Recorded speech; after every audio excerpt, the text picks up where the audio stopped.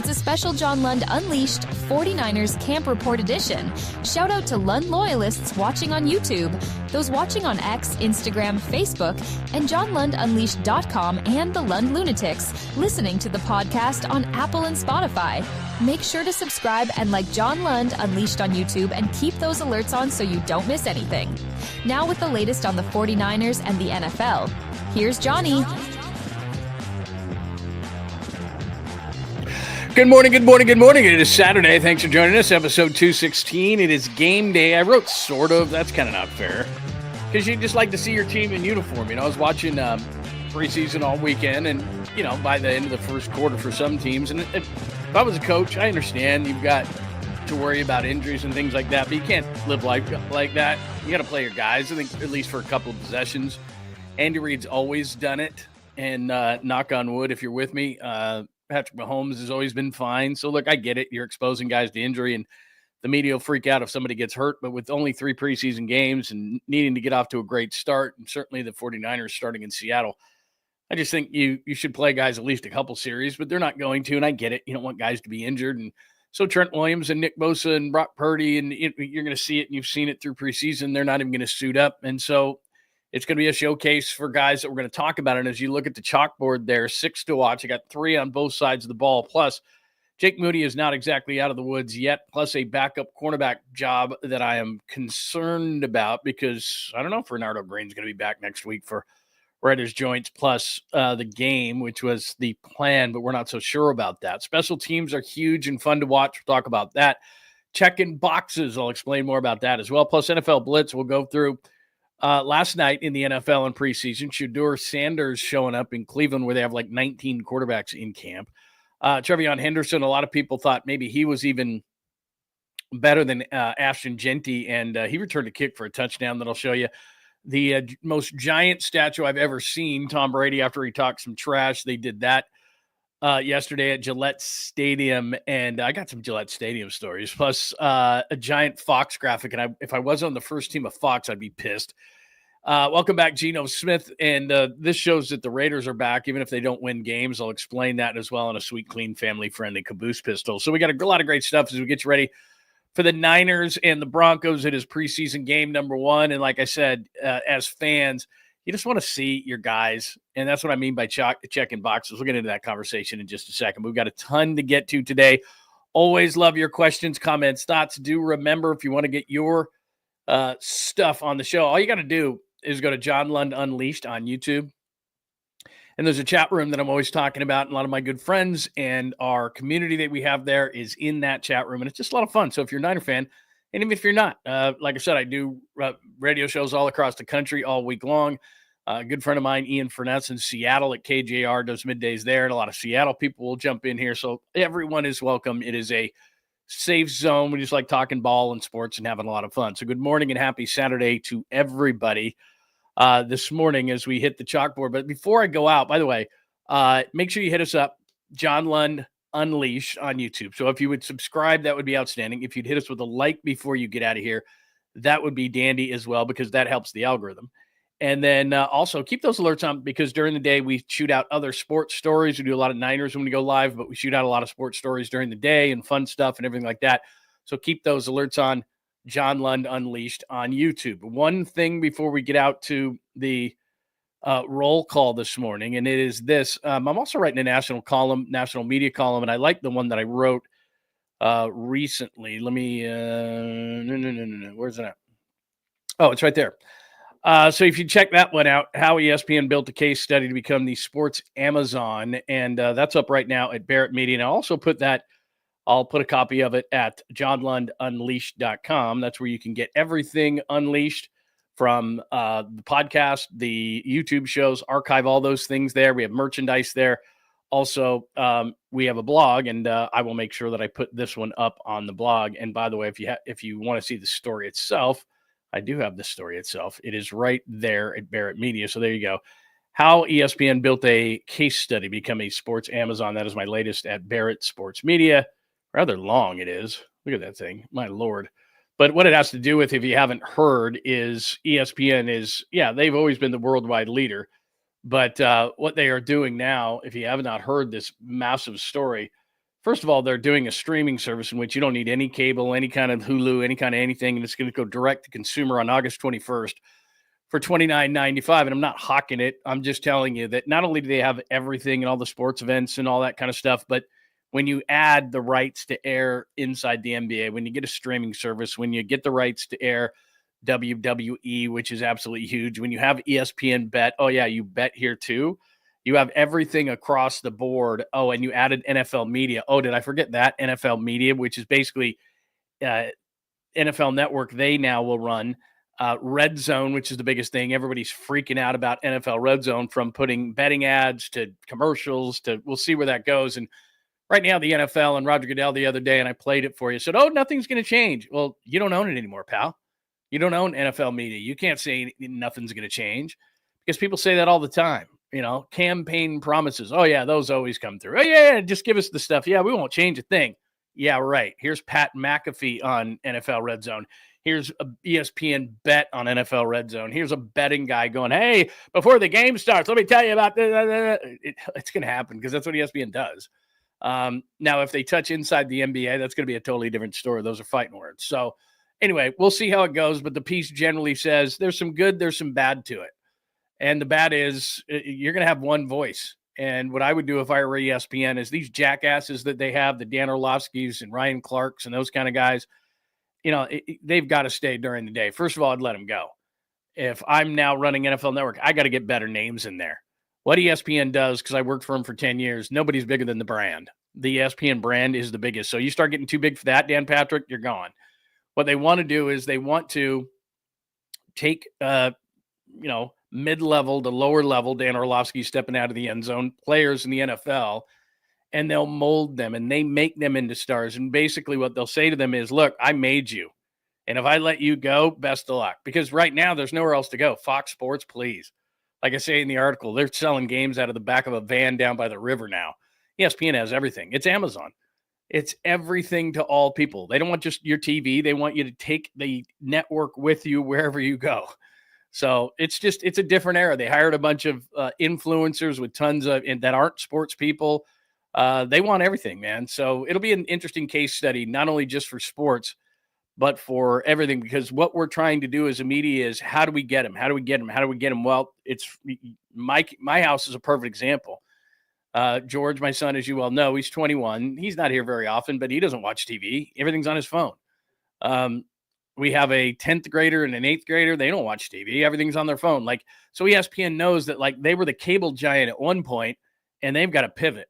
And not only in people are people who produce content on TV, the big news channels and everything watching, because ESPN just said, we're going to shift to this. So like I said, what do you care? Well, you're a fan and we'll see what happens, because now they basically own everything. I mean, there's some games. I mean, you know, Fox and CBS obviously have the games, the NFL games, but I'm talking about like everything around the games. And plus, look at the entities that they now have. They have Inside the NBA. They have Monday Night Football. They have College Game Day. They have McAfee. They have Stephen A. They have like all these major. They have the NFL Network now. They have the NFL Red Zone channel. Like they have just about everything, and that's the way they want it. And monopolies generally aren't good for business. So we'll see how it goes. Or it's going to be great because you have everything in the palm of your hand and you don't have to go anywhere else and you don't have to buy cable. Like if, you know, it's kind of everybody's dream, right? Like you bought cable and it was like, got up to like $350 a month and you're like, this is stupid. And then you went, I'm cutting the cord, and you got like YouTube TV, but then you had to buy all these other channels for sports, right? You had to even buy Netflix and Paramount and all this other shit. You're like, what is this? And now you're up to the same number. And now it's going to ESPN. And I think a lot of these channels and networks are going to be watching this. If this is a success, what ESPN is going to roll out on August 21st and it blows up, everybody's going to go to that. Cable and Hulu and everything's going to be dead. I mean, the people who just want a basic 20 or 30 channels, fine. They don't want to mess with it. But for people who are like, look, I watch 10 channels. You know, I watch ESPN. I watch a news channel. I watch Netflix. They're just going to piecemeal it. Everything's going to be a la carte. You know, it's going to go away from these package deals that you buy every month and just say, look, because it's the way I am. But I think I watch about 10 channels. Now, sports screws you. If you weren't a sports fan, you'd be fine. Because sports says, oh, you know what? you're going to have to buy ESPN, and you're going to have to buy Fox, and you're going to have to buy CBS, and you're going to have to buy Netflix, and you're going to have to buy Paramount, and you're going to have to buy Prime, and you're going to have to buy, and then you're going, just to get the NFL? Like, man, there's another way to pirate all this stuff. But anyway, we'll see. It could change the way that TV's done, not only in sports, but just all around if this app blows through the roof like ESPN thinks it's going to.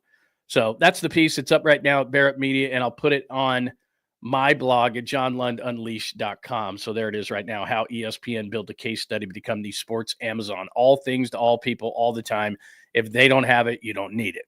That's what they're trying to do. So we'll see if it works. All right, good morning to everybody. Sorry I had to go on a short tangent, but I like the piece, and I hope you'll read it.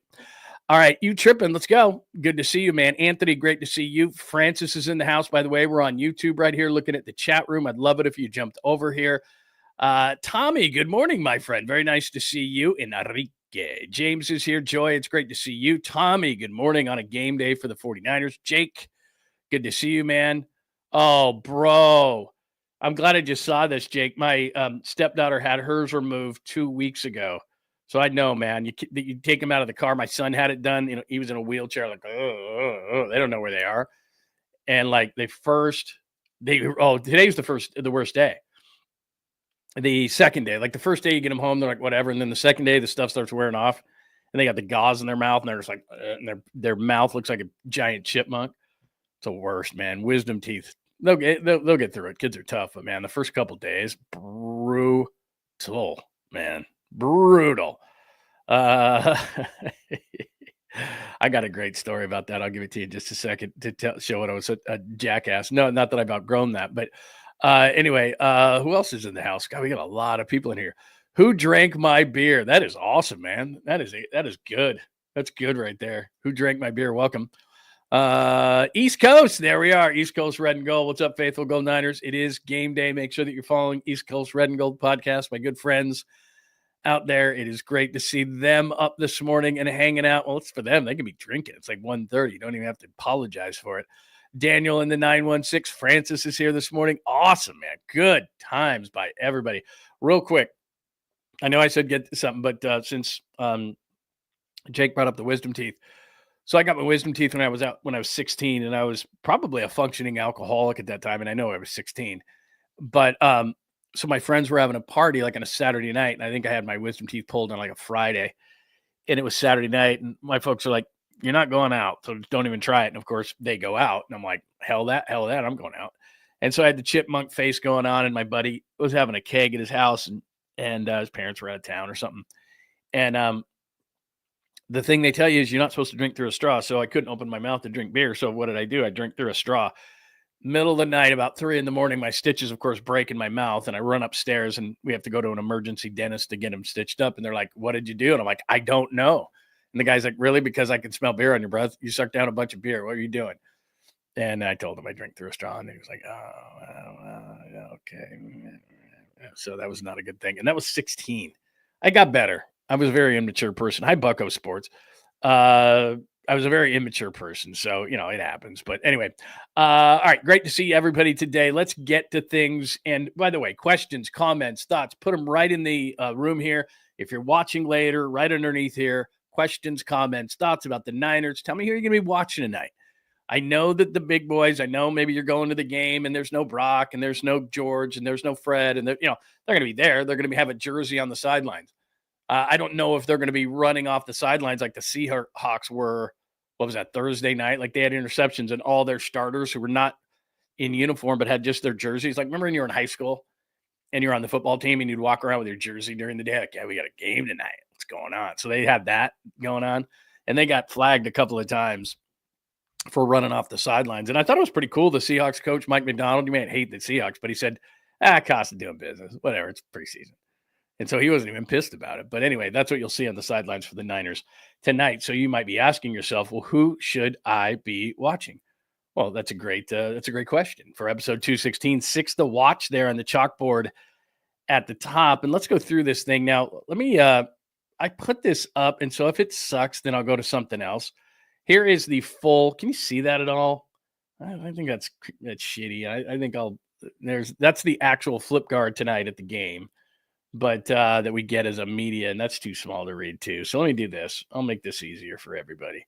Share my screen because I figured that might be too small. I was like, yeah, let's see how that looks, but that's not going to be good enough. All right, that's what I want. Get out of here. That's not what I want. I want this. So this is your chalkboard right here. In the red is injured guys. So Aiyuk is injured. Jennings is injured. They've got to play some offensive linemen. They can't just rest 22 guys. So Trent Williams is not going to play. I'd love it if they played Ben Barch. I haven't seen him at all, hardly. Brendel, not a big fan. They might just start Hennessy. Hi. They might just do that. But, some of these guys inside, like Dominic Pooney doesn't have a whole lot to prove. But I think maybe Barch, maybe Brendel probably won't play in this game. McKivitz might play in this game. But I think you're going to see a lot of, and this is something to watch, because the offensive line wasn't good. Even the first team offensive line wasn't good in Denver or against Denver in the practices. Denver's got a really good defensive line. They are going to play people tonight. And so don't be surprised early if Denver's dominating the 49ers and you're going, God, the 49ers suck. We're going to suck. Denver's playing guys tonight. It's all a philosophical thing. Denver is going to play starters tonight, just for a couple series, but they're just going to get their toes wet. And I think that the Niners should do that. They're not going to do that. That's fine. That's Kyle's philosophy, always has been. So you'll see a few first-string offensive linemen just because you have to. But the main thing on the offensive line, just to start there, is going to be Burford at left tackle, which I have not loved. At right tackle, you're going to see, let's see, where am I going? There I am right there. Do they have them on the other side? Yeah, Pleasance is going to be on the right side. 62 Pleasance will be on the right side. They've got him misdone there, but he's on the right side. Burford's on the left side. So that's going to be the majority early in the game that you're going to see. As far as three on each side of the ball, I'll get to that in a second, but Mac Jones is a guy that's going to play tonight. Rourke is already out for the year. The plane, he's out for the year. Carter Bradley's a guy they really like. I'm sure they'll play Bradley a lot. Mordecai they brought back. Not sure how they're going to split those, but I think Carter is going to be a guy that they're going to look at a lot. Mac Jones probably won't play a ton, but I am excited to see him because the thing about Mac Jones is, and I'll pop this back up in just a second because I want to talk to you. The thing about Mac Jones is I was talking to a guy, I think I might have told you this story before, but I was talking to a friend of mine who covered him in New England. And I said, what was the deal? I said, the dude gets picked 15th overall in the same draft as obviously Trey Lance. And there was all the rumors that the Niners were going to take him at 3. And I said, what happened? It looked like he was off to a good start and all this kind of stuff. And he said, like, he rubbed so many people in New England the wrong way, starting with Belichick, but a lot of players, a lot of coaches, a lot of administrative. He's kind of a quirky guy. But the thing about it is he goes, you can sit down with him and he'll talk football and he acts like he knows what he's doing. So, he says all the right things, And then he gets out on the football field and it just doesn't compute. It just doesn't work. And so we'll see from Mac Jones because he's had a really good camp. So Mac Jones is one that I'll be watching tonight. So if you look at 6 to watch where it says offense, OFF, Mac Jones, however long he's in there. And then because there's just not going to be, Juwan Jennings is out. Ricky Pearsall is not going to play. I think he should get some more reps, but Kyle doesn't agree with me, and I don't have a vote. So Pearsall's not going to play. So to me, one of the guys to watch tonight, because Watkins could be a starter. And what happens here is, and you got to kind of read these things. When Kyle Shanahan's asked about like a veteran, like say a Russell Gage, right, at wide receiver, been with Atlanta, been with Tampa, he's earned it. And so Kyle will give him praise because he knows it's not going to go to a veteran like that's ahead. He knows he's still going to make the team. So he'll praise a guy like that. And he does. And he did at his last press conference. Then he'll be asked about Watkins. And it's kind of a different thing. They don't want to praise the rookies too much so that they act like they made it. Like, yeah. So they're asked about Watkins and Kyle kind of pulls back but says he has a long way to go. So we didn't play any Brock for you on Friday, even though he spoke. I wanted to save it for today. So here's Brock on Jordan Watkins, which is another guy offensively I'll be watching tonight. Putting everything together. I think, both of us, we just need to continue to work on our chemistry and everything. And we've had some really good connections, but at the same time, I feel like there's some room to grow, both of us, and seeing how he moves and get in and out of his route movements and whatnot, sort of like what Ricky and I have done. But we'll get there. I have faith in that for sure. We have some time, and I think today will be a good day to sit down and watch the film and see what both of us did and keep chipping away. But Jordan's done a great job. I'm excited for him this year. Had some really good reps against Patrick Surtain on Thursday, which was really good. He beat a backup defensive back for a touchdown in the 11-on-11 drills. Jordan Watkins has been really good. And just if you haven't been paying enough attention or as close of attention, I'm glad you're here. And what Jordan Watkins, he's an Ole Miss guy taken in the 4th round, ran a 4.37. And when they were in OTAs in shorts, where it's a lot easier to look good, especially as a speed guy like that, he looked really good.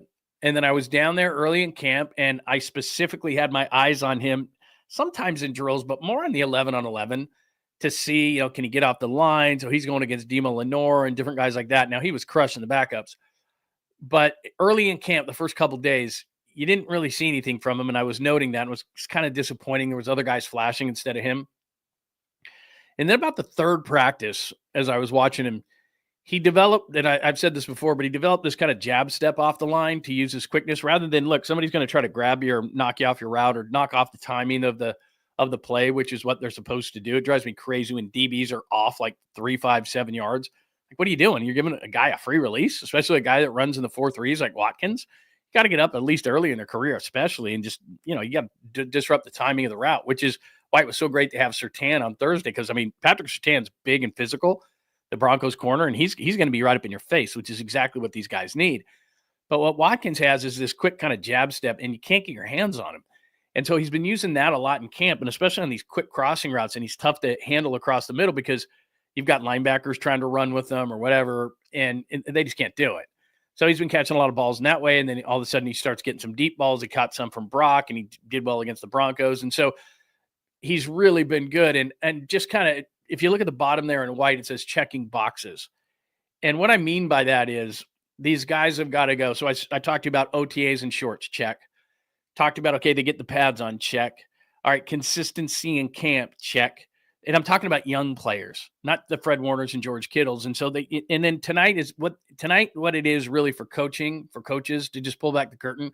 It's another check mark for a Jordan Watkins, for an Upton Stout, for a CJ West, for these guys who have been really flashing in camp to say, all right, I know for a lot of people, like you'll be watching at home, right, on the couch or whatever, or even in the media box, we'll be sitting there. And by the 3rd quarter, we're like, oh my God, I'm bored. Can we just be done? For these guys and for the coaches, this is what it's about, is continuing to say, okay, what about this? Check mark. What about this? Check mark. What about this? Check mark. What about this? It's about consistency and checking all those boxes. So guys like Jordan Watkins, who's had a nice camp, and CJ West, and all these other young guys, it's a chance to do that. And then what it's also a chance to do is some guys are practice guys, some guys are game guys. And it might be a preseason game, and you and I could get bored by the 3rd or 4th quarter. Because when you're excited right at the beginning, because you see the gold helmets and you see the uniforms and you see they're in Levi Stadium and it's really fun. And then after a few series, you're kind of like, oh yeah, this is preseason.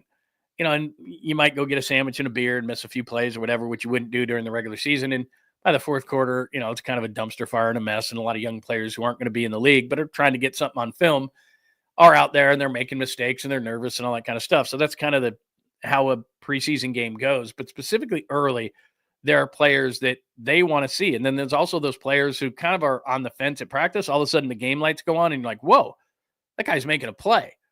Like there was a guy named LeJohntay Wester, who was a punt returner for the Ravens, and he came out of Colorado, and he was okay, but he's undersized. His first punt, it wasn't like he caught it and went around the edge and ran for it. He juked in and out. It was a great punt return. And now the Ravens are like, damn, is that our punt returner? So those kind of plays can get you on a team, or at least get you on a radar if you haven't been crushing it in camp. So anyway, back to the 3 that I'm watching. So Mac Jones is one. Watkins is another because of the shortness, obviously, as we all know, at wide receiver. And right now, what I would say is if they don't get Jennings back, all bets are off. But let's just say Jennings can be back. Let's be optimistic. Jennings is back. He's the 1. Pearsall is clearly having a tremendous camp as the 2. Stay healthy. As the 2. And then I don't know what they're going to do at the 3 with Robinson being suspended and all those things we talked about a million times. I think it's going to come down to Russell Gage, a veteran who Kyle may trust, who may not even be on the team by the end of the year, but certainly with all the injuries and guys being out and DUI things and so forth, he could start in week 1 and be off the team by week 10 when, Ayuk's back and everybody else is back. And okay, we don't need a veteran. Or it's going to be Watkins because he keeps showing things and his upside is much higher and he's got the deep speed that the Niners have always wanted, but they can't seem to find, your Danny Grays and these kind of guys. And it's like, God, we need an off the top guy so that safety has to respect that. And it can open some things up for us both underneath and in the running game. So they need that speed guy. So they'd love it to be Watkins. They really would. But Kyle is a trust guy and he trusts veterans.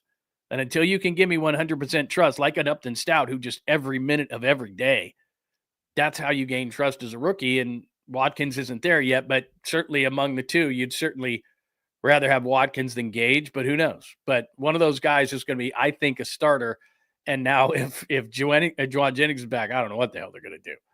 So Jones, Watkins, and then the other one is Corey Kiner, and he's a free agent running back. And with Jordan James breaking his finger and being out for a couple of weeks, I would have put James there because he would have got a ton of work because obviously CMC is not playing. Garendo is already hurt. So running back wise, and now Jordan James is out. So Amir Abdullah and Corey Kiner. Those are going to be your backs and then whomever else. But Kiner's a guy that's been flashing in camp. He's wearing 49 and just a guy to watch because the Niners always tend to find these guys, right? Elijah Mitchell wore 49 and Matt Breida wore 49 in camp. And so I don't know, there's just kind of a weird thing about 49. But the thing about that is those guys were making, now watch Kiner on special teams too, because that's where he'll be playing. But when it was Elijah Mitchell, I remember sitting in Levi Stadium and he was a rookie. And they had taken the two backs. They had taken Sermon in the third round out of Ohio State, who was a total bust. And they took Elijah Mitchell later in like sixth round or something. And I remember watching camp that year, and Elijah Mitchell flashed and flashed and flashed and flashed, and Sermon never did. And so we were going into the preseason game going, a guy to watch, Elijah Mitchell. Mitchell makes a tackle on special teams. I mean, one of those ones where, there's a dude zooming down the field on a punt return, takes a dude down, and you're like, that's Elijah Mitchell. Then he gets into the game and he's flashing. So I'm not saying that's going to be Kiner, but the Niners have a history of that, of taking a running back there and then the other running back comes through. Now, I like Jordan James, and I'm bummed that he's not playing tonight because he was cutting through holes. He was making catches in 11 on 11. I think they really like the guy, but he's got the broken finger. So Kiner's going to be a guy that you're going to watch. So Jones, Watkins, Kiner are going to be the guys, in addition to, as I said, it's not fun watching the offensive line. I get it. It's not sexy. But Burford at left tackle, especially given Trent Williams' age, and then right tackle Anthony Pleasants. And you would think one of those guys could be a swing, but they're just playing left-right. So Pleasants wears 62. So watch those two tackles specifically. I think that's going to be a big deal. And I'm hoping they play Ben Barch. He has no reason not to play. He was behind in camp, so he wears 78, and he's going to play left guard, and he's presumably the guy that is going to replace the starter there from last year, so who got the big deal in Green Bay. So they've got to find somebody, and everybody says Barch is so good. I'll just be watching him kind of closely, as close as you do watch the offensive line. I'm no offensive line expert, and I'm not trying to claim to be. I'm just saying. So offensively, those are the guys that I'm going to watch. And let me hit out to the comments line. Anybody on the offensive side before I move to defense, anybody you're like, I can't wait to see this guy. Who's this guy? What's going to be that guy that anybody watching today? So that's the thing. So let's see. Let's see. Thoughts, questions, comments. Hi, Tribe. How's it going? Good to see everybody. Be nice, Jim Everett. I said this is a nice place to be. But if you continue to rip on everybody, it will be short-lived, my friend. And especially if you're going to, I can't put up with that. If you're going to disparage in certain ways, cannot keep you around. Sorry, bro.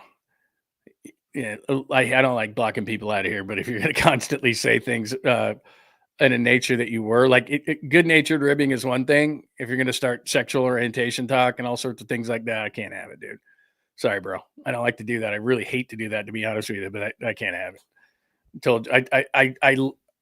One big part of this show is that everybody, we all are cool and we're all fun and we're all this and we're all that. And, we have a good time.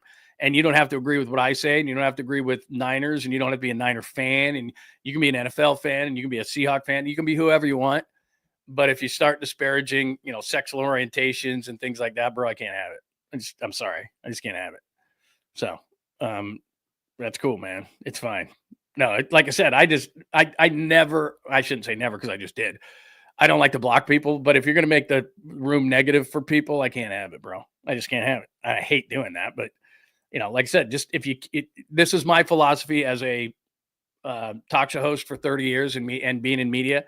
I've told you this before. I always thought to myself, if I kept it between the lines, I could say whatever I wanted. So organizations would come at me and they'd say, "Hey, I saw what you said. I heard what you said." And then I'd go, "Okay, it's my opinion about the player.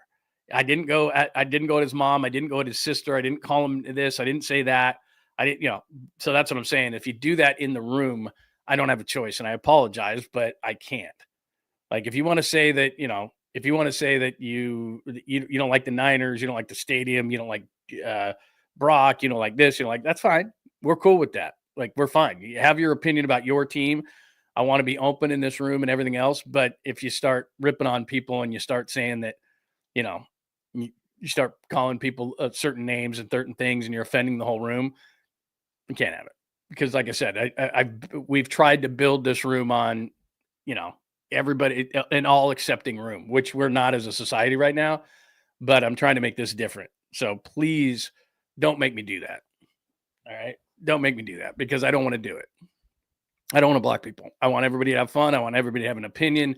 I base the room on that. But if you're going to, call people nasty stuff and you're just basically asking for it. You wanted me to do that. So I did, but I don't like to do that. Not fun. But anyway, I'm not going to dwell on that.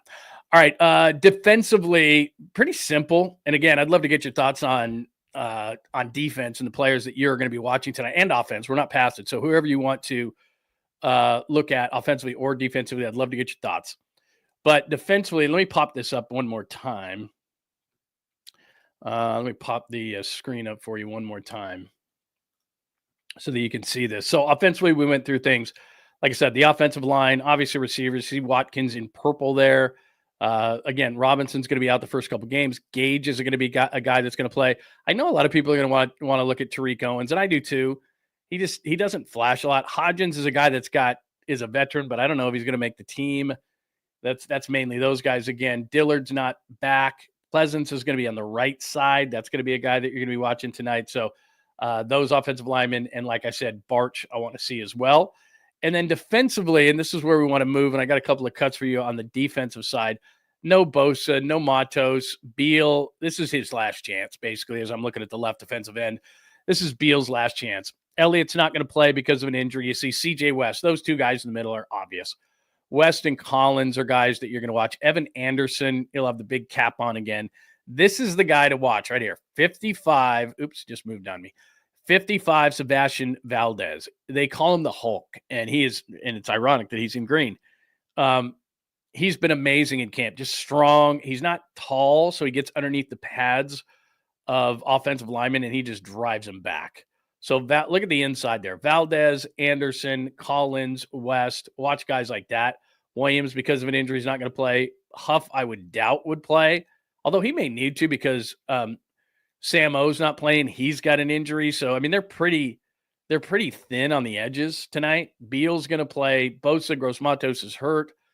Beal's going to play. Garvin will play. They don't have a lot, man. So they may have to play. I don't know. Huff may play a series or two. That would be amazing. I'd like to see D. Winters. Not sure if he's going to play. He's had such a good camp. I would love it if the Niners would check another box with him. I'm excited to see Nick Martin because I played this for you the other day. Nick Martin is still thinking at this point. He's not just reacting. He's thinking. And so I want to see him just go balls out on this whole thing. Jalen Graham has gotten lost. By the way, Jalen Graham's a good player, and he's gotten lost in camp. Stone Blanton's made some plays. He's just not a real fast guy, but he might be a special teamer. Gifford will play. He's a special teamer, and he's been a strong side linebacker. Third guy in. Bethume's having a pretty good camp. Surratt is a guy that's going to be on special teams, but he's got some good athleticism, so watch him a little bit. And then as far as the defensive backs, again, Green is out. Flowers, I want to see tonight. Anybody on the back end that is not a starter, so Renardo Green, Lenore. Green's hurt. Lenore's not going to play. So I know it's preseason, right? It's nothing. Lund, it's nothing. For Flowers, for Jacob Robinson, who's flashed in camp, I think he wears 47, not 49, but whatever. So Flowers, Robinson, both of those, this is a huge game for those guys. Darrell Luter Jr., who got checked for a concussion, so I hope he plays tonight. He's gotten beat a lot, and a lot of people like him. Moreau is a veteran. I think he's just a camp body, so we'll see what he does. But Darrell Luter Jr., this is a big game for tonight. So I would watch Luter Jr., Flowers, Robinson. That backup spot, I think Trey Brown will probably play tonight. He's a veteran. He's been hurt a lot. So that's basically going to be, but the backup corner tonight is absolutely huge. And then Upton Stout probably won't play for a long time just because he's been so good in camp. But it's like I told you, it's checking boxes. Okay, he's great in shorts. He's great in pads. He's all over the place. What is he going to do in a game, even if it's a preseason game? And remember, they're going to play their starters for a few series. So I'd love to have Stout out there. And remember, they don't game plan these games, okay?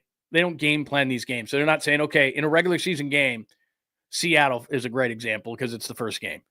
Seattle's going to game plan and say, okay, everything's great about Upton Stout. We've heard a lot of great things. Third round, Western Kentucky. He's 5'8", 185. We're going to put 6'2" Cooper Kupp in there. We're going to get Quick, Smith, and Jigba in there. Like, they're going to give him different looks and see if he can deal with it. So today, it's not like Denver's going to go, okay, Upton Stout's 5'8".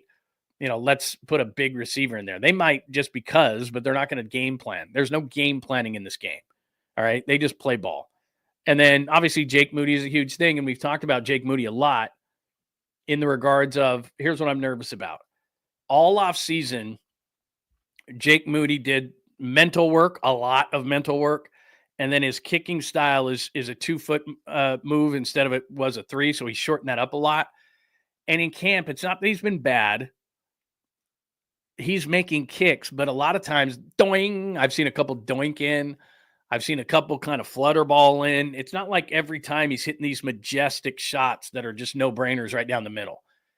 And so even in the preseason, I could be 100% wrong in this, but even in the preseason, if Jake misses one and his head goes down, that's bad. Because what's going to happen here is all that mental work that he did, he's going to be like, damn, I'm still missing kicks. And I think it'll be all out the window. And that's when Kyle Shanahan said the kicking competition isn't over.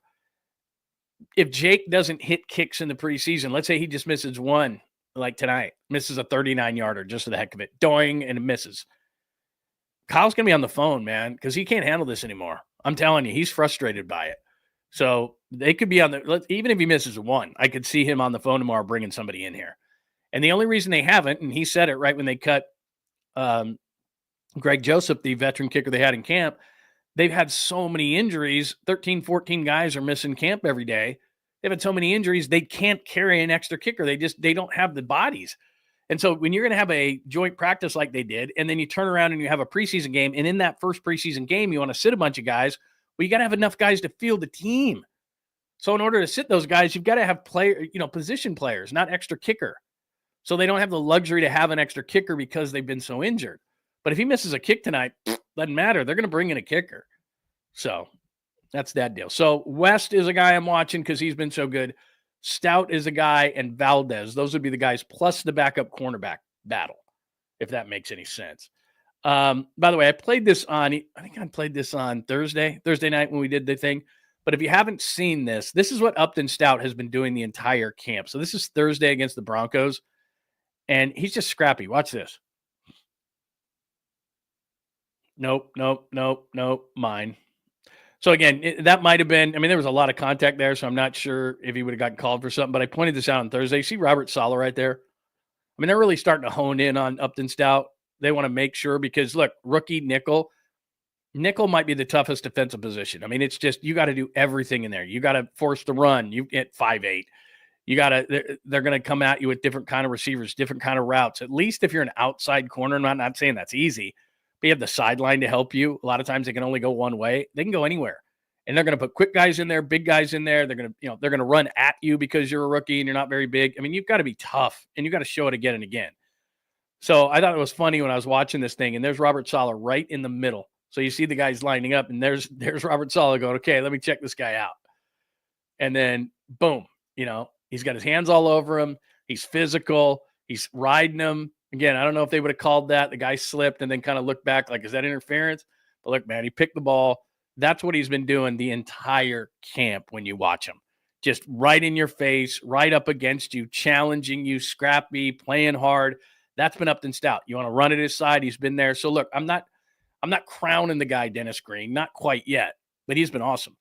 And he's one of those guys that he's been so good and so mature in every single way, on the field, off the field, meeting rooms, that they're actually giving him praise as a rookie, because they're like, it's not going to get to this guy's head. He's just, as I think Robert Saleh said, he's just built different. This dude's just built different. So he's a guy to be watching tonight, not because the Broncos are necessarily going to attack him, but as I put up there at the end with the white right there, it says checking boxes. It's just another box that they're going to check.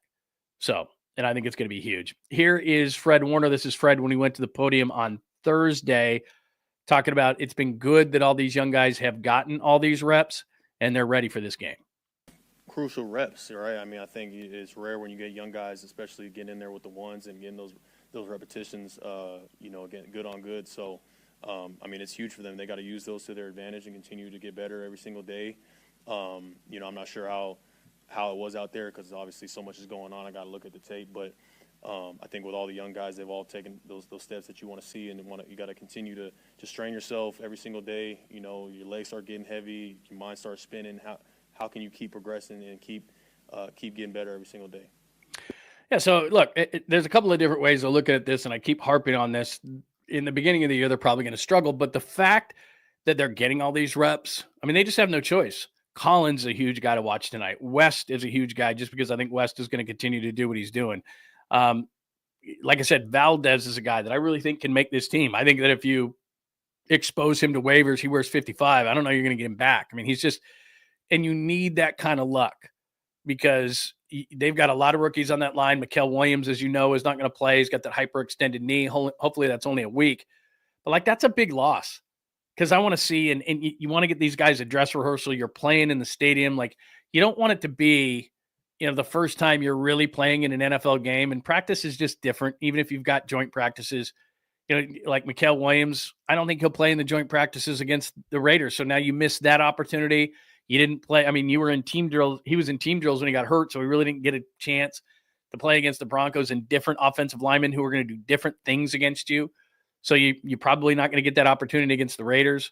So now he's going to get that final preseason game, but your starters, which he is presumed to be, you don't really want to play those guys in that last game, because what that last game has become, that third game now that there's only 3, what the fourth game used to be, it's desperate dudes out there scratching, clawing, biting, kicking. It's just kind of it's just kind of free for all. And you don't really want your first round pick getting his, playing out there in that kind of an atmosphere. So, maybe they'll play him a little bit, but he's probably not going to get a ton of time. And now all of a sudden you got your first real NFL game in NFL action. If you're Mikael Williams, is going to be at Lumen Field, and the Seahawk fans are going to be going bonkers, real big, screaming and yelling, and you can't hear. And it's like, damn, I wish I could have gotten a couple of preseason games under his belt, not to necessarily get him ready for that kind of an atmosphere, because it's just different. And I get it. Dude played at Georgia. I understand. You played at Death Valley at LSU. You played at Bama. I get it. But when these guys kind of make those kind of comparisons, it's like, dude, but it's the NFL. So it's screaming, yelling, you can't hear, and then it's the best of the best. SEC's really good. It's not the NFL. This is cool, too. Here's Brock Purdy talking about the defensive line and these young guys putting pressure on him in practice. And he, just like you, is excited to see them in action tonight. In the pocket.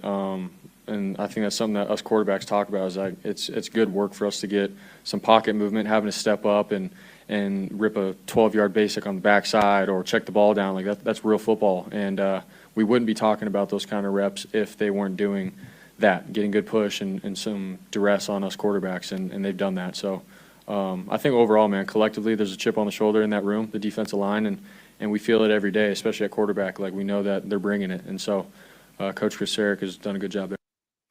All right, so there you go. There's Brock talking about it, and yeah, everybody's excited. I mean, I think if they said if they had like a one-on-one screen like they do kind of in NASCAR, where you could watch different drivers, and they said if you could only watch one thing tonight, what would you watch? I would watch the defensive line. I mean, I'm excited to see CJ West if he's for real, because if CJ West can continue to do this, and CJ West has a great week against the Raiders, that dude's a starter. I mean, not just in the package. I thought it was going to be in the NASCAR package, which is their pass rush package, which was going to be CJ West, Mikal Williams, Huff on the outside, Bosa on the outside. Now with Williams' injury, I'm not sure what that's going to mean. Hopefully he gets back in a week like Kyle said he would, and he'll be fine. But now it's coming down to the fact that, Collins is a run stuffer. Do you put him in? Do you put West in? West is just playing so well that you may just not be able to keep him out of there, because it's not just the penetration against the run. It's also, against the pass. He's stopping the run too. He's doing a lot of good things. So watch 99 West, watch 20 Stout, watch 55 Valdez, watch the backup corner battle. Mac Jones for a couple of series. Watkins is huge tonight, and Corey Kiner, because they just don't have a lot of running backs. So watch Corey Kiner, a guy who's definitely created buzz in camp. That's where we are. Jake Moody, I mentioned briefly. He's the only kicker they got. You just got to hope he doesn't miss a kick tonight. Any kick, extra point, any kick, anything, because you're going to see Kyle's not going to be all upset tonight, and he's not even going to be calling plays tonight. That's going to be 𝐾𝐨𝐽, and Kyle does this every preseason, gives it to somebody else, so he can watch more of the game. If Kyle's calling plays, he's not as in tune with everything else. So part of the reason he gives these play calling duties away to 𝐾𝐾𝐽 is, one, let's help this guy so that somebody can't say, well, he's never called plays when he's up for like a head coaching job or something. Well, he has. And then two, he wants to see the macro view of the game tonight. He wants to see these guys. He wants to see offense, defense, because a lot of times what Kyle is doing is he's making loops, but a lot of times he's on the offensive side, so he won't see a lot of stuff. Now he goes back and he watches the film of the practice. That's different, but he's going to get a macro view of everything from the sidelines when he's not calling plays. He doesn't have to be as dialed in on just the offense. He wants to see it all, and it's a big deal. So that's what's going on as far as that goes. All right, special teams is a huge thing tonight as well. This is how certain guys are going to make the team. If you're a backup corner but you can't play special teams, if you're the fifth wide receiver but you can't play special teams, you're not going to make the team. Some of these backup guys, these linebackers, it's going to come down to it. And think about it. When the Niners were letting guys go, who were they signing?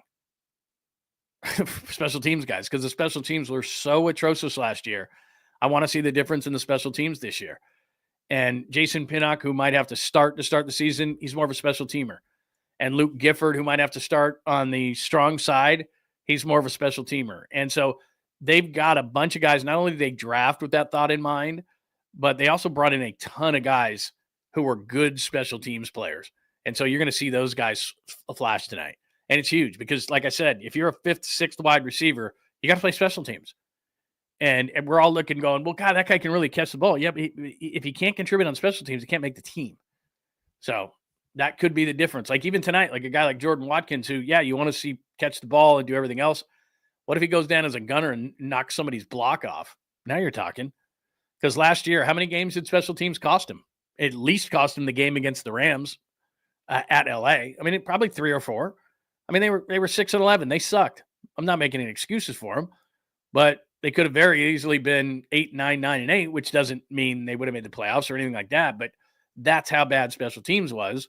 And Brant Boyer came in, and Brant Boyer got his long snapper. He got his own punter. He got 3 or 4 special teams players that he wanted. So it's like, here you go. We gave you all this. Now, are they going to be better? Are they going to screw up again tonight? And for us, again, sitting on the couch in the fourth quarter, we'll be like, God, I'm bored. Special teamers are playing for their life, man. It's fun to watch.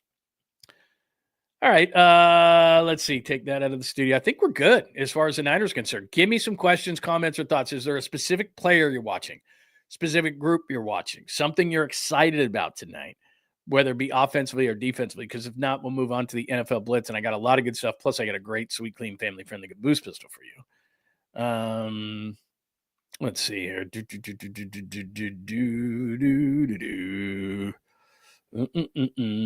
Oh, Costco. You better go to Costco early, man.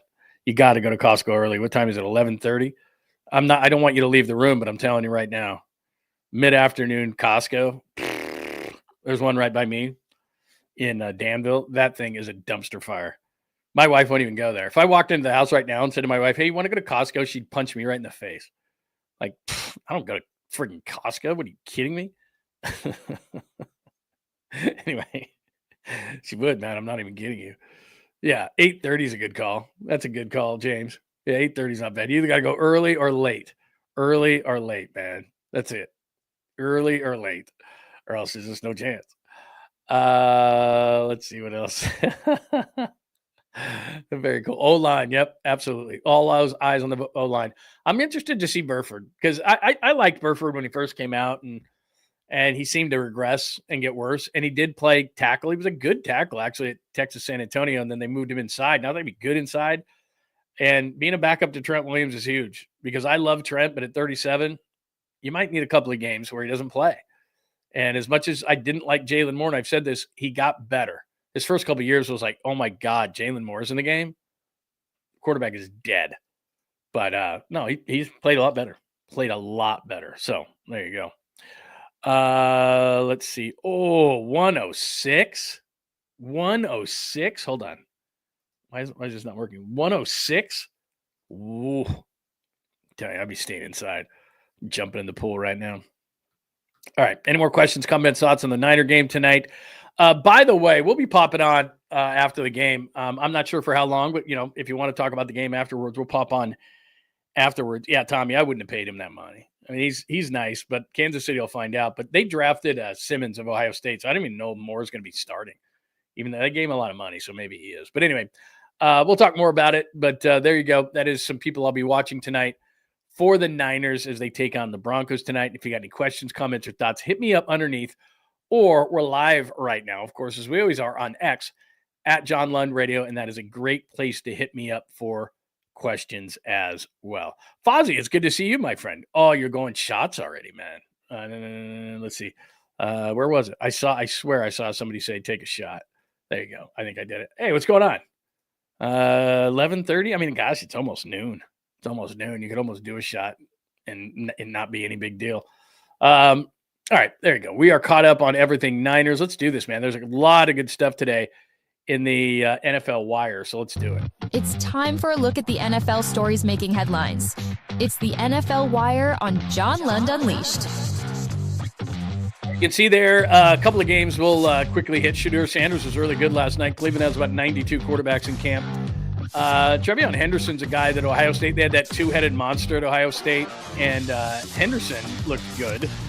The giant Brady statue, I don't know if you saw that. He talked a little bit of trash, too. It's the most giant statue I've ever seen. Speaking of Tom Brady, you got to laugh at this Fox graphic for their teams that they announced. And welcome Geno back to Seattle. This is pretty funny when you leave a team. So let's start with this. Shedeur Sanders, I got to be honest, man. That was one of the weirdest things during the draft. He falls to the 5th round. A bunch of teams must have taken him off their board because they're just like, no. And this is probably as wrong as draft insiders could be. Now, Mel Kiper liked Shedeur Sanders, and the whole time he was freaking out during the draft that Sanders wasn't taken. Every half hour that he wasn't taken, Mel would go on one of these tangents about how he didn't understand how Shedeur Sanders couldn't have been taken. So maybe he's right because they took Dylan Gabriel from Oregon in the 3rd round. They brought in Joe Flacco. They got a ton of guys. Plus, I don't know what's going to happen with Deshaun Watson, but they got a bunch of quarterbacks in there. And so here is Shedeur. He actually started last night, although he was 4th string on their initial depth chart. But Shedeur looked pretty good. Here's a couple of plays. Sanders moving the pocket. Downfield throwing. Open makes the catch with defense to stop the run. Off the play fake. Shedeur Sanders into the traffic. And it is brought in for a touchdown by Caden Davis. A lot of people are online going, oh, those are the Panthers starters. Yeah, right. They're the Panthers anythings. They'd be like 3rd string anywhere else. But my point in just picking those two out, those are 2 nice throws. Now he's moving to his right on the one. He puts it right on the running back there. And then there's 3 defenders around the tight end there in the corner. And Sanders gets it to him on that one as well. So, look, I'm not sitting here saying that Shedeur Sanders is going to be a steal quite yet. I've watched some of Browns camp, but not a ton. But he looked pretty good on those. And he's maybe one of those guys that I was talking about that, maybe they're not the greatest in practice, the greatest in camp. And then all of a sudden they get in the game and they're really good. I remember I've told this story before, but when I was working in Detroit covering the Lions, Jeff Garcia came to the Lions and Joey Harrington was there. And I did an interview with Jeff at training camp. He came down, we were the flagship, and he sat down. And I don't know that I would say I made the mistake of, but essentially I knew better than to ask Jeff this. But I said, They brought you in to back up Joey Harrington. How are you going to kind of impart your wisdom on him? And he stopped me like 3/4 of the way through the question, and he went, I'm not backing anybody up. I'm here to win a job. And if Joey Harrington can beat me out, then he can beat me out. But I'm not here to be a caddy to anybody. And I watched Jeff in practice, and balls are hitting the ground, and he doesn't look very good. And I'm like, and so we're sitting there going, we're doing live on the air, and we're watching him. And I go, Jeff Garcia's not beating anybody out. And then you watch him, even in preseason games, you're like, oh, I get it now. Because he wasn't a great practice player like Joey Harrington, who ended up being terrible. He was the 3rd overall pick of the draft in like 2003 or something. And from Oregon. And in practice, I mean, you could see why he was drafted so high. The ball's spinning. It's, he's got good velocity on the ball. Everybody's catching the ball. He's looking really good. It's like, that's the starter. And then Jeff, the ball's hitting the ground, not looking very good. And then Jeff gets into a game, preseason or not, and he's just moved, he's just scrappy, man. He's, 3rd and 3, he's running forward. Jeff Garcia. I mean, all of a sudden he looks magical. And in practices, it's like, So I had heard that Sanders wasn't great in practices, but man, and I'm not just basing it on those 2 throws. I watched that game. He looked pretty good. So we'll see if he makes everybody look stupid by not taking him, but he looked good last night. Another guy, a lot of people were debating, I love 𝐿𝐮𝐬𝐽. He had 3 carries for -1 against Seattle. The offensive line for the Raiders is not very good. They started their first string. Seattle did not start their first string defense, and Seattle just bottled up that running game. So I'm not putting it on 𝐿𝐮𝐬𝐽, but a lot of people's second running back in last year's draft was TreVeyon Henderson out of Ohio State. And this is what he did the first time he touched the ball last night in New England as a kick returner.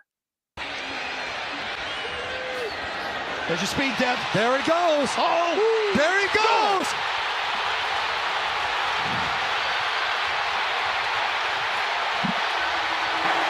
It's already a new season. You can tell that these are the Homer broadcasts. These are not national broadcasts. Obviously, in the preseason, you have the local broadcast for the local teams, and that's Scott Zolak, who's a former quarterback with the Patriots.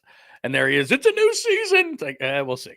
It's preseason, but we'll see. But yeah, it's still impressive. I mean, your 2nd round pick takes a kick for a touchdown, and he's a really good back. So he's got some early vibe going in New England. So there's that. By the way, since we're just talking about broadcasts, my good friend Greg Popov, of course, who we did radio together for 15 years and remain very good friends to this day. Another good friend of mine, Guy Haberman, is going to do the call tonight with Tim on TV with Tim Ryan. Bro. And Guy's going to be great. I mean, Guy is going to be great. If you've never heard Guy Haberman do, say, college football or anything, he's number one, he's just a great person. But number 2, even more so, he's a great play-by-play guy. And the 49ers did a great job. Bob Sargent and the whole crew down there with the Niners did a great job in putting Guy in there. But he'll have the utmost respect, keeping the seat warm for Pop. And I have no doubt that Pop will return at some point this season. But great choice by the 49ers and putting Guy in there because he's an awesome dude. I was going to say he's an awesome guy, but it's Guy. He's an awesome dude. And he's going to do a great job, which is what you really care about. All right, speaking of the Patriots, Tom Brady, they unveiled a gigantic statue of him, the most gigantic statue I've ever seen. This is in front of Gillette Stadium. So it reminded me of a couple of years ago when, remember, they had the Joe Montana and they had the catch and they had the whole thing and they put that up and it was really cool. But it's not gigantic like this. But give Brady a little bit of credit in his speech that they unveiled the statue. He trashed Jets fans, which is always fun. Statue isn't just for Pats fans. It'll also give all the Jets fans something to throw their beers at as they leave the stadium every year. Probably in the second quarter. Maybe the third. I mean, he's aging in reverse. I mean, honestly, I don't know what he's taking, but he's aging in reverse. I think he just turned 48 the other day. It's ridiculous. I mean, remember George Blanda, what he looked like at 48? Looked like he was going to die like that day. He looked like 78. And there's Brady right there. Dude's 48. Looks like he's 28. My God. He's taking something. That ain't natural. I don't care what he's eating. I don't care if he grows all his own organic fruit and vegetables in his own yard and all the kind of things that they say he does and whatever the TB12 stuff he does. I don't care. It's partly good genes, a lot of good docs. That's what I say. Good, when they say good genes or good docs, some good docs there. That's just me. I could be wrong. Probably not, though. All right. Let me hit this, though. So that was, he's talking trash. Let me show you the statue. This is unbelievable. Look how gigantic it is. I mean, look at people. Look at Brady and Robert Kraft right there looking up at it. I mean, Jesus. I mean, that took all the materials in the entire world to build that thing. I mean, that is the most gigantic statue I've ever seen. They are going to throw beers at it, Jets fans. But anyway, there's the new Brady statue in front of Gillette Stadium. What was Brady, like 20 feet tall? My God, it's ridiculous. Look at them standing next to that thing. It's gargantuan. Anyway, there's the Brady statue. And then speaking of Brady, what if you're on like a Fox crew, but you're not on the number one crew, right? So they send this graphic out. I don't know if you saw this the other day. They send this graphic out. Here are our broadcast teams for 2025, right? And this is the graphic they use. So they got Aaron, they got Tom, right? They got Kevin Burkhardt, they got Tom Rinaldi, like gigantic, right? Next to the Fox robot thing. And then like your Greg Olsen used to be on this first team. Look at Greg Olsen. Like, can you make that any tinier? Joe Davis, Greg Olsen, Pam Oliver. Like Pam Oliver's been there a long time. She's good. And you could barely even see these thumbnails right here. Daryl Johnson, he's been there forever. He's good. Kugler's good. Kenny Albert, Jonathan Vilma. Mark Sanchez is up and coming. Chris Myers, he's been there forever. Like, look, you can hardly even see these guys. Like, it's us, the number one team, and then a bunch of thumbnails. Greg Olsen's like, get me out of here. Greg Olsen needs to go somewhere else. He's better than Brady. Look at him down there. You can barely even see his face. And then there's my guy, Mike Pereira. I have an interview that I did with Mike, by the way, at John Lund Unleashed. It's up there right now. We did it about, 10 days ago and talked about new rules in the NFL and all that stuff. But Mike and I are friends. And so make sure you check that out. But there you go. If you're on the first team, you're everything. Like you're the headlining band. These guys are like all the warm-up acts or something like that. But I mean, if I'm Greg Olsen, especially, I'm like, you got a tiny thumbnail. I was up there at one point. And that was actually better than Brady. Nope. Those are the big boys. And you're just a bunch of tiny little thumbnails if you're not the first team. So there you go. Fox graphic down on the board. And finally, I love it when the Raiders are the Raiders. You can hate them all you want, but I think Geno Smith is channeling his inner Raider. So Thursday night, obviously the Raiders and Pete Carroll went up to Seattle to take on the Seahawks. Pete Carroll, former head coach there, obviously. Geno Smith, former quarterback, got traded to the Raiders in the offseason. And look at how Geno welcomes back himself to Seattle with the double bird to the crowd. I'm sure they were ripping on Geno, so he double birds them. You see Pete Carroll back there chomping on gum with his Air Monarchs. And then there's Max Crosby right there, and they're getting into it with the crowd already. But look at Geno, former quarterback of the Seahawks. He's probably catching a ton of shit. And he's like, all right, I'm not putting up with this. Just gives the old Seahawks fans the double bird. Hilarious. Anyway, that was weird seeing Pete in the silver and black. But there you go. Welcome back, Geno. Welcome back to Seattle. So there you go. That is your NFL Blitz. Shedeur Sanders looking really good for Cleveland. Trevion Henderson for New England, giant Brady statue, and he's talking some trash. The Fox graphic, if you're not on the first team, you're nothing. And welcome back, Geno. That is your NFL Blitz. And finally, let's get to this, man. It is time for your sweet, clean, family-friendly Caboose pistol. I only have one today, but I think it's going to be worth it. I think you're going to enjoy it. So let's hit the Caboose. John Lund Unleashed presents the Caboose pistol. Wedged in the crack of her buttocks. Somehow, someway, Lundo thinks this is the best way to leave a final impression on you for the day. The old Caboose pistol, everybody has one. Did you say Caboose? I know some woman who could hide a machine gun in there. Yeah. Leave me out of this, you weirdo. Here's John. All right, give me a second. Vernon, good to see you. I'm at the bar. I respect that. By the way, isn't it great that what are we, a week or two away from college football? I'm going to have to do this earlier now that I think about it. I'm a college football junkie. I watch it all day long. And we're very close to that. London, I'm at the bar, so you're on mute. Just wanted to say hello and keep it up, buddy. Maybe just hit me in the middle of the finger. That way now you saw my message. No, I got to play. I got to pop it up there, man. You're at the bar. Respect, man. We get a lot of good names in here today, too. Rico Triple X is here today. Good to see everybody. 49er Brian, if I did not say hello to some people this morning. Gabe, it is great to see you, my friends. We got a lot of people jumping in, talking Niners now that it's Niner season. That already say Greg. Lots of people in here today. 22, good to see you. So very cool, man. Very cool. A lot of people in the room. Make sure you please spread the word. make sure that you are subscribed to the channel. And as I'm telling you, we put out all sorts of stuff, other sports during the day, and then we talk a lot of Niners live.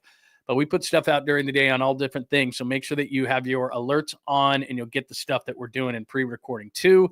And then if you would, before you get out of here today, please give us a like. That means that helps the algorithm so more people can find us and we can grow the community. So that would be outstanding if you would do that for us. Thank you very much.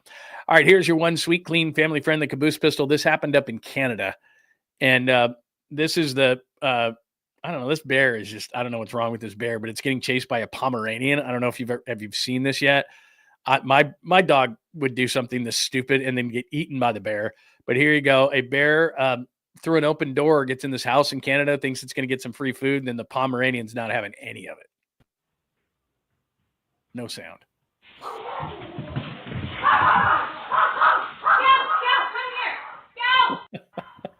Watch this. This bear's like, nope. Look at that little Pomeranian. Like, turn around and look what's chasing you, man. Go. Look at the bear still over there, like scared. Like, look at that little thing. Like, how could that bear be such a weenie? Like, look at that gigantic bear right there. Gosh. We gotta play that again. Like, it's like, okay, get myself some food. I mean, that's a cub, I get it, but that's still a pretty big bear. Look how little that dog is. That just tells you, man, attitude's everything, right? Look at that. That's like Upton Stout chasing like a fullback or a tight end or something. There you go, Scout. Scout, come here. You know how big that bear is. I mean, that's, it's not a full-grown bear, but I mean, come on. Scout's not having it. There you go. The bear's like, hell with that thing. A Pomeranian. It's gonna eat me alive. Oh my gosh, Scout, come here. Look at it. It's still not having it. It's like, that thing ain't coming back. Still pissed. Anyway, there you go. Scout the Pomeranian taking out the bear. Like, what's with that? He just had an attitude, man. You just get it. I mean, that's kind of a rule for life, right? Just an attitude, man. You come at somebody with attitude, they're like, what the hell with that? Not having it. That's a giant bear. He's like, don't you know who you are? You're a bear.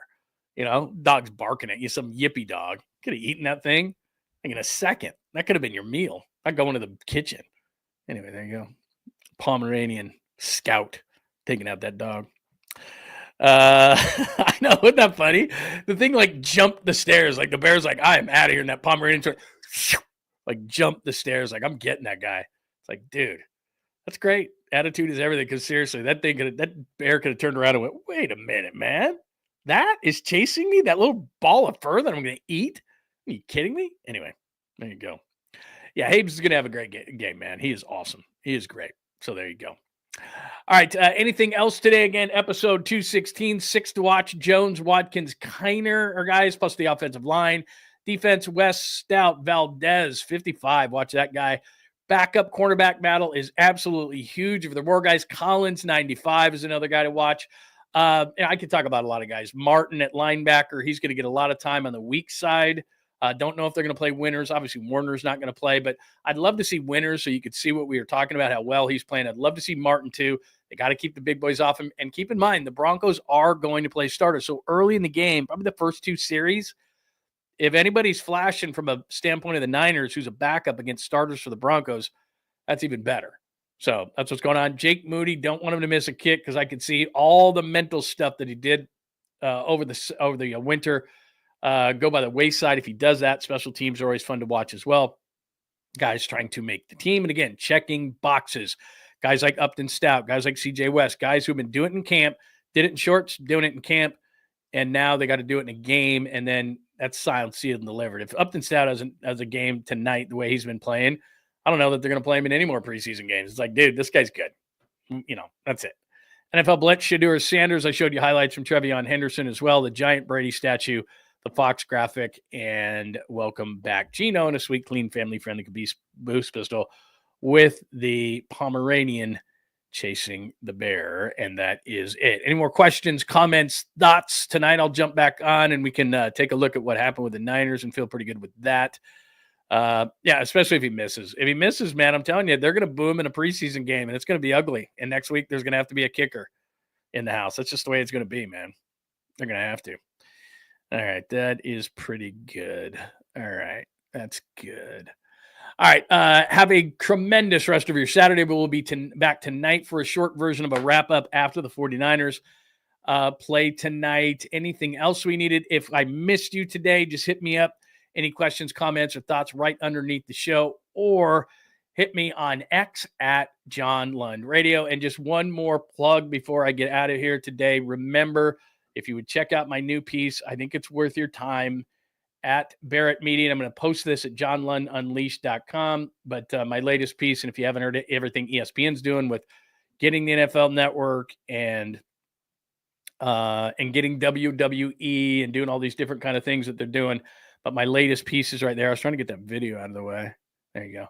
How ESPN built the case to become a sports Amazon. That's my latest at barrettmedia.com, which I will put also on John Lund Unleashed. So check that out. And I've got a link. If you go to if you're on my X page right there, my X page, if you go to my X page, then you'll be able to check that out as well at John Lund Radio. So there's direct links to that if you want to check out my piece right now that is up on, there we go, up on Barrett Media. All right, everybody have a tremendous rest of your Saturday. We'll talk at you a little bit later. Please have those alerts on. We'll send more stuff out. Please make sure you subscribe before you get out of here, especially if you're on X. Just jump over to John Lund Unleashed on YouTube and give us a like before you get out of here. Go Niners. Should be good tonight. Yeah, if you're going to Costco, get your butt there either early or late. And it is tremendous to see you. Thank you, Mr. Oil. I appreciate that very much. Thank you for tuning in as well. If I didn't hit you up, everybody have a great rest of your Thanks for hanging out with John Lund Unleashed. We'll try to be better next time, though I wouldn't hold my breath. Please like and subscribe on the John Lund Unleashed Pod YouTube channel. Watch live shows weekdays at 8 a.m. on YouTube, Instagram, and X. And make sure to have your alerts on for shows throughout the day or night. All things Lund can be found at johnlundunleashed.com. johnlundunleashed.com. Goodbye!